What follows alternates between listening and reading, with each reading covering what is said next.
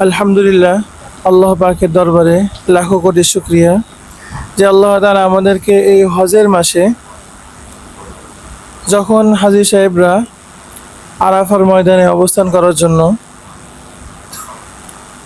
লক্ষ লক্ষ হাজী সাহেব যখন সাদা শুভ্র পোশাকে আরাফার ময়দানে অবস্থানের জন্য প্রস্তুতি গ্রহণ করছে, ঠিক ওই সময়ে আল্লাহ তাআলা আমাদেরকে মাসাইলুল হজ ওয়াল উমরাহ এই সম্পর্কে আল্লাহ তাআলা আমাদের কয়েকদিন ব্যাপী লাগাতার হজ বিষয়ক আল্লাহ তাআলা আমাদেরকে মোতালা করার এবং মাসাইল হজ মুখস্থ করার তৌফিক দান করেছেন। শুধু এতটুকুই না, সেই মাসাইলে হজ যাতে আমাদের হৃদয়ে বসে সেই জন্য আমরা হজের বিভিন্ন প্রশিক্ষণে আমরা অংশগ্রহণ করেছি। এমনকি আমরা অনলাইনে সেটার ভিডিও চিত্রও দেখেছি যে সে আরাফার ময়দান কেমন দেখতে, মুজদালিফায় কেমনভাবে অবস্থান করে হাজিরা, রাত যাপন করে কিভাবে কঙ্কর নিক্ষেপ করে, মিনার তাঁবুতে কিভাবে থাকে, কিভাবে তওয়াফ করে, কিভাবে সাই করে, কিভাবে হজের আসওয়াদে চুম্বন করে, ইত্যাদি বিভিন্ন দৃশ্য আমরা দেখেছি। যাতে মাসাইলুল হজ ওয়াল উমরাহ এটা আমরা পড়ার সময় যেন আমাদের জেহেনের মধ্যে জাগ্রত হয়। এটা আপনারা পড়ার সময় আপনাদের জেহেনে কি ওই বিষয়গুলো জাগ্রত হয়েছে? যখন তওয়াফের বিষয় পড়েছেন, সেই তওয়াফের ওই চিত্রগুলো আপনাদের সামনে ফুটে উঠেছে কিনা? অনেকেই বলেন যে হজ না করলে তো হজের মশলা বোঝা সম্ভব না। তো এই বিষয়টার সাথে আমরা পুরোপুরি একমত না, কারণ ওটা দেখলেও তো একেবারে শতভাগ না হলেও 90% তো বিষয়টা বোঝা যায়। তো এটা আল্লাহ তাআলার অনেক শুকর যে আল্লাহ তাআলা আমাদেরকে এটা মাসাইলুল হজ ওয়াল উমরাহ এটা ইয়াদ করার তৌফিক দান করেছেন। এটা নেক ফালি হিসাবে, একে তো মুফতি হিসাবে মানুষকে মাসালা বলাই লাগে, সাথে সাথে আমরা এই দোয়া আল্লাহ তাআলার কাছে করব, আল্লাহ এই মাসাইলুল হজ ওয়াল উমরাহ আমাদেরকে ইয়াদ করার তৌফিক দান করেছেন, শুধু মাসালায় যেন আমরা সীমাবদ্ধ না থাকি। আপনি যেন আমাদের সেই বাইতুল্লাহ শরীফের জিয়ারত করার তৌফিক আপনি আমাদেরকে দান করেন। হজ এবং উমরা আমাদের জন্য আল্লাহ তাআলা করার তৌফিক দান করেন। বুঝতে পেরেছেন? এই দোয়া আমরা বেশি বেশি করবো আল্লাহ তাআলার কাছে। আল্লাহ তাআলা যদি কবুল করে নেন, বলেন তো আমাদের হয়তো পাথেও সীমিত হতে পারে, আমাদের হয়তো অনেক সীমাবদ্ধতা থাকতে পারে, কিন্তু আল্লাহ তাআলা যদি চান তাহলে আল্লাহ তাআলার খাজানা কি কম আছে? ইনশাল্লাহ আমরা আল্লাহ তাআলার কাছে এটা চেয়ে নেব। হুজুররা কিন্তু হজে যায় বেশি, এটা কি খেয়াল করেছেন? ওনার কিন্তু তেমন কিছুই নাই, কিন্তু 5 বার উনি হজ করেছেন, 3 বার হজ করেছেন, এরকম অহরহ দেখা যায় কিনা? আল্লাহ তাআলা কিভাবে ব্যবস্থা করে দেন। আদি হুজুরের যেই বাইতুল্লাহর মুসাফির, বাইতুল্লাহ ছায়ায়, ওই কিতাবগুলো আজীব আজীব ঘটনা লেখা আছে, ওনার নিজের জীবনের ঘটনাই তো, যে কোনো ব্যবস্থা নাই, কোনো আশা নাই, শুধু মানে বাস্তব কোনো আশা নাই, কিন্তু শুধু আল্লাহ তাআলার কাছে আশা আছে। আল্লাহ তাআলা সেটা পূরণ করেই দিয়েছেন, আল্লাহ তাআলা সেটা পূরণ করে দিয়েছেন। তো এইভাবেই হয়, অনেক কোটি কোটি টাকা থাকলেই কিন্তু মানুষ হজ উমরা করতে পারে না। আল্লাহ তাআলা প্রদত্ত যেই মন এবং আল্লাহ তাআলার বিশেষ তৌফিক যারা প্রাপ্ত হয়, এটা তাদের কপালেই জুটে। বুঝতে পেরেছেন? তো ঠিক আছে, আমরা এখন আপনারা এখানে ফটো আকারে করার দরকার নাই, আপনারা শুধু মাসাইল আকারে প্রশ্ন উত্তর করবেন, যাতে আমরা অল্প সময়ের মধ্যে বেশি সংখ্যক প্রশ্ন উত্তর আমরা নিতে পারি। আচ্ছা জি, তাহলে আমরা এখন শুরু করতে পারি। প্রথম আমার এই পাশে বসে আছে আল ফারিকুল আউয়াল এবং এই পাশে বসে আছে আল ফারিকুস সানি। আপনাদের বারবার আল ফারিকুল আউয়াল, আল ফারিকুস সানি বলার দরকার নাই। আমার ডান পাশে আল ফারিকুল আউয়াল, বাম পাশে আল ফারিকুস সানি। তো প্রথমে আল ফারিকুস সানি আল ফারিকুল আউয়ালকে প্রশ্ন করেন।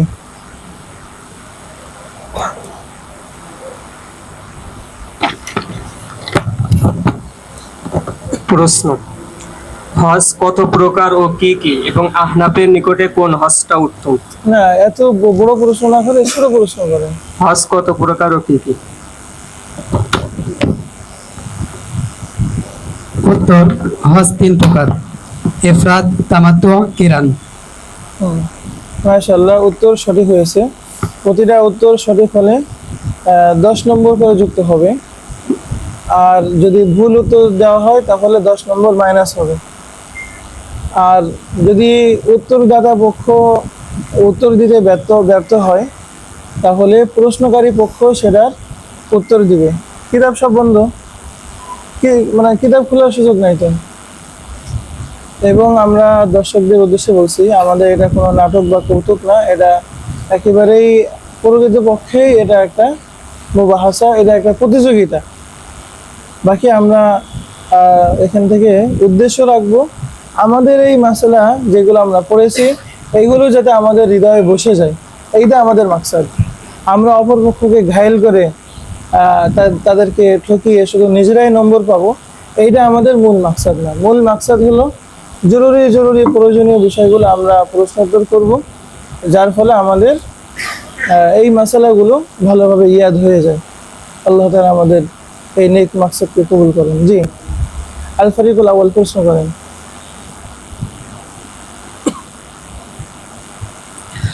প্রশ্ন: যে ব্যক্তি হজ আদায় করেনি এবং তার উপর হজ ফরজও না, এমন ব্যক্তিকে দিয়ে বদলে হজ করানোর হুকুম কি? জি, খুব সুন্দর প্রশ্ন।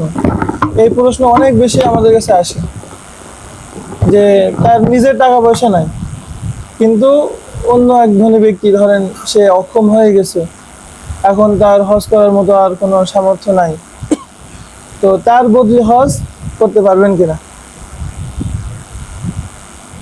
উত্তর: শরীয়ত সম্মত কোনো ওজরের কারণে কোনো ব্যক্তি যদি নিজে হজ করতে অক্ষম হয়ে পড়েন এবং যদি এমন ব্যক্তিকে দিয়ে বদলি হজ করান যার উপরে হজ ফরজ নাই এবং সে পূর্বে কোনো হজ করে নাই, তবুও ওই ব্যক্তির হজ আদায় হয়ে যাবে এবং এই ব্যাপারে কোনো সমস্যা হবে না। মাশাআল্লাহ, উত্তর সঠিক হয়েছে। আল ফারিক হোসেন 10 নম্বর করছে। জি,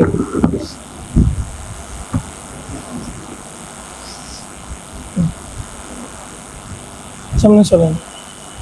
এখানে মাকরু তানজিহের কথা আছে, কিন্তু এটা সকলেই বলেন। জি, সামনে চলেন। বাকি এখানে উত্তম হলো যে জীবনে একবার হজ করেছে তাকে দিয়েই বদলি হজ করানো, যাতে এটা একেবারে খুব সুন্দরভাবে আদায় হয়। আগে যে নিজের হজ করেছে তাকে দিয়ে বদলি হজ করানো, এটা বেশি নিরাপদ। বেশি নিরাপদ কি জন্য?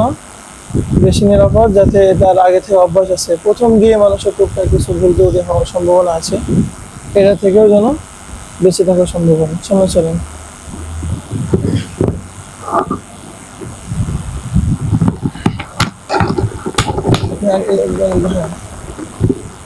ঠিক আছে। প্রশ্ন: তাওয়াফের পরে যে 2 রাকাত নামাজ পড়া ওয়াজিব, এটা কোন জায়গায় পড়া মুস্তাহাব?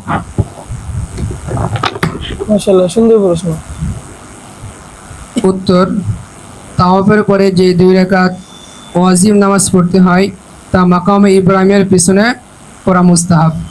মাশাআল্লাহ, উত্তর সঠিক হয়েছে। আল ফারিকুল আউয়াল 10 নম্বর করছেন। জি, সামনে চলেন। প্রশ্ন: যদি কোনো ব্যক্তি দমে শুকর দিতে সক্ষম না হয়, রোজা রাখার জন্য নিয়ত করে, কিন্তু আরাফার দিনগুলো আসার আগ পর্যন্ত সে রোজা রাখতে পারলো না 3টা, তাহলে তার হুকুম কি? হ্যাঁ, খুবই দারুণ প্রশ্ন। জি, আপনাদের সময় শুরু হচ্ছে, 30 সেকেন্ডের মধ্যেই উত্তর দিতে হবে।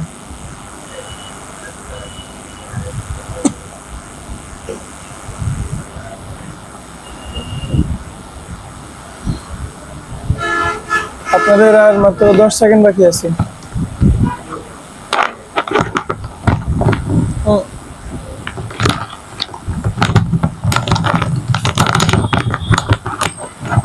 যদি উক্ত ব্যক্তি 3 দিনের মধ্যে 3 দিন যে হজে থাকা অবস্থায় 3টা রোজা রাখা আবশ্যক, এই 3টা রোজা যদি না রাখে তাহলে তার উপর দম দেওয়া আবশ্যক হবে। মাশাআল্লাহ, উত্তর সঠিক হয়েছে। তার কি করে ফেলতেছেন এগুলো? তার ঠিক করেন। হুম জি, মাশাআল্লাহ, উত্তর সঠিক হয়েছে। আল ফারিক হোসানি 10 নম্বর পাচ্ছেন। সামনে চলো। জি,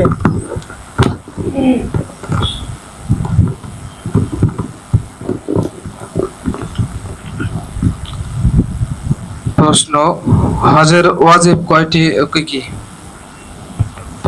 হ্যাঁ, হজের ওয়াজিব কয়টি এবং কি কি?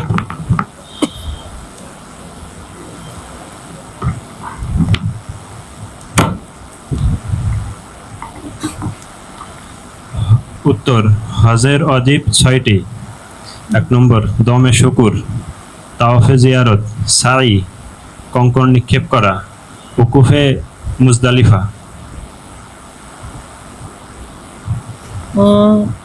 উত্তর যিনি মানে যখন দিচ্ছেন তখন আর নিচ থেকে কোনো ইশারা ইঙ্গিত করা যাবে না। আর হলক করা। হয়েছে, একটা বাদ গেছে। যারা আফাকি আছে তাদের জন্য কি তাওয়াফে বিদা। তাওয়াফে বিদা। তো এখানে আপনি যেহেতু 6টার মধ্যে 5টা পেরেছেন, তো আপনার অল্প একটু এখানে কম। তো একটা বড় ধরনের ভুল হয়ে গেছে। কি? তওয়াফে জিয়ারত বলছে, তওয়াফে জিয়ারত তো ফরজ বা রুকন। না না, মাঝখানে প্রথম দিকে না, উনি 5টা পেরেছে। 6 নম্বরটা যেটা তাওয়াফুল বিদা, ওইটা উনি বলেননি, কোনো তাওয়াফের কথা উনি বলেননি। উনি 9 নম্বর পাচ্ছেন, 1 নম্বর কম। জি, সামনে চলেন। জি, প্রশ্ন, যদি কোনো ব্যক্তি হিরেমের বাইরে মাথা মুন্ডন করে তাহলে তার মাথা মুন্ডন বলে গণ্য হবে কিনা, এবং যদি না হয় তাহলে তার উপর কোনো দম ওয়াজিব হবে কিনা? হুম। অর্থাৎ আমরা সকলেই জানি যে হারাম শরীফের মধ্যেই হলক করতে হয়। এখন হারাম শরীফের বাইরে যদি কেউ হলক করে তাহলে তার বিধান কি? সময় শুরু হচ্ছে।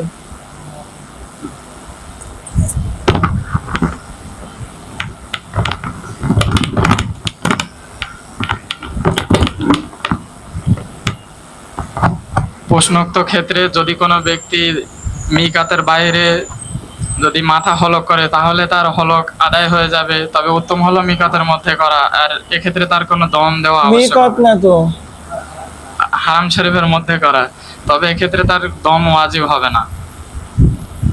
উত্তরটি সহি হয়নি। সঠিক উত্তর বলেন। দাঁড়ান, বসুন। তার হলক সহি হবে, কিন্তু তাকে দম দেওয়া ওয়াজিব হবে তার উপর। আর আপনারা বলেছেন দম দেওয়া অজীব হবে না, এবং এটা হারাম না বলে মিকাত বলেছেন। তো আপনারা এক্ষেত্রে নম্বর পাচ্ছেন না। আল ফারিক হোসানি তৃতীয় প্রশ্নে কোনো নম্বর পাইনি। সামনে চলেন।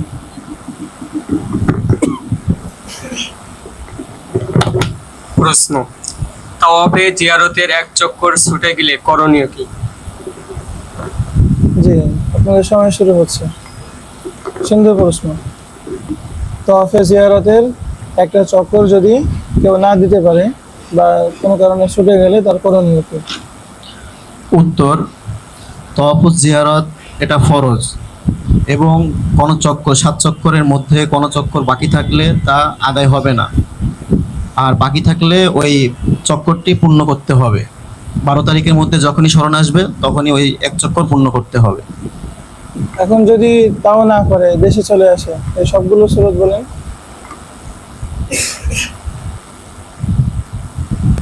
বা 12 তারিখ পার হয়ে গেলে কি হুকুম? 12 তারিখ পার হয়ে যাওয়ার পরও যদি সে মক্কাতে অবস্থান করে তবুও সে ওই 1 চক্কর পূর্ণ করবে। আর এই কারণে তার কোনো কিছু দিতে হবে কিনা? জি না। আর দেশে চলে আসলে আপনারা বলেন।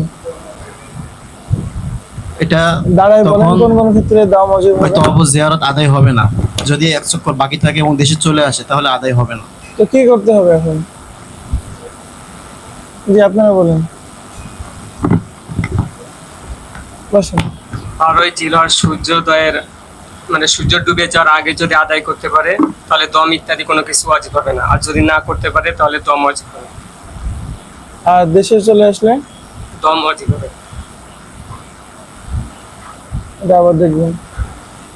আচ্ছা, তো আল ফারিকুল আউয়াল এটা আংশিক পেরেছে, এই জন্য অর্ধেক নম্বর যুক্ত হচ্ছে, 5 নম্বর পাচ্ছে। সামনে চলেন।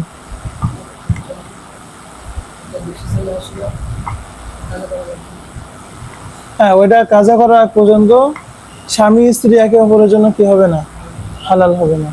এটা খুব কঠিন মশলা। কি মশলা? খুব কঠিন মশলা। সামনে চলেন।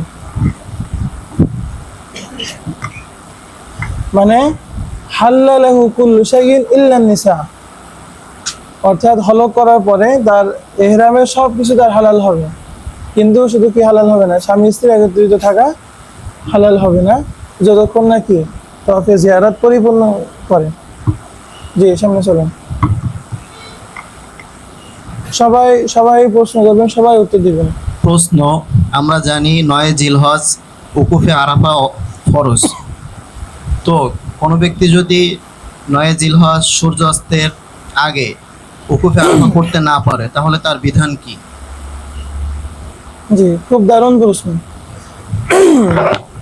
আমরা সকলেই জানি জাওয়াল থেকে নিয়ে আপনার সূর্যাস্ত পর্যন্ত উকুফে আরাফা করা ফরজ, এবং হজের এটা মূল হজই কি আল হজ্জ আল আরাফা। কিন্তু এটা যদি কোনো ব্যক্তি করতে ব্যর্থ হয় কোনো কারণে, তাহলে তার করণীয় কি? উত্তর, যদি কোনো ব্যক্তি উল্লেখিত সময়ে আরাফায় অবস্থান করতে সক্ষম না হয়, উল্লেখিত সময় না বলে সেটা উল্লেখ করে বলেন। জোহরের ওয়াক্ত শুরু হওয়ার সময় থেকে সূর্য ডোবা পর্যন্ত 9 তারিখের এই সময় যদি সে আরাফায় অবস্থান করতে সক্ষম না হয়, তবে যদি ওই রাত্রে অর্থাৎ এই 9 তারিখ দিবাগত রাত্রের কোনো একটা সময় যদি সে সেখানে অবস্থান করে তাহলে তার এই ওজবটা আদায় হয়ে যাবে।